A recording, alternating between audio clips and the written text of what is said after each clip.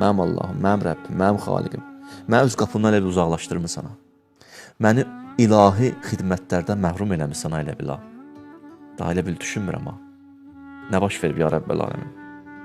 Allah olmayaraq məni sən haqqımı zay eləyənlərdən gördün, özündən uzaqlaşdırdın.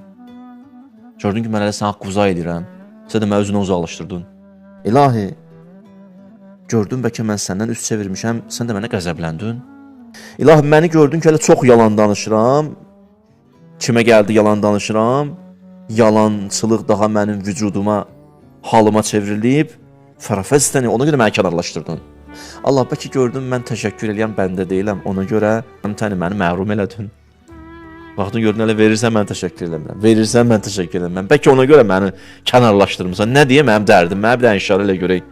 İlahi, bəlkə mən alimlərin məclisini tərk elədim, moizələrdən məhrum qaldım deyə bu günlərə düşdüm, xar oldum. Nə baş verdi? İlahi, bəlkə baxdın gördün mən qafillərdən olmuşam, qəflət əhliyəm. Ona görə mən bu günlərə qaldım, indi sənin rəhmətindən məyus olmuşam. Deyirəm Allah mənə bağışlamaz. Yoxsa baxdın gördün mən də haram halal bilmirəm. Harda haram məclis var, ora qaçıram. Sən də buraxdın onları məni onlarla birlikdə. Atdın onlara. Dedin get onlarla indi yaşa. Nə istəsən get elə. Nə də ya Rəbbəl aləmin. Olmuyor Allah, səsimi eşitmək istəmirsən. Ona görə mənə duadan məhrum eləmirsən. Nə vaxt dua eləmirəm.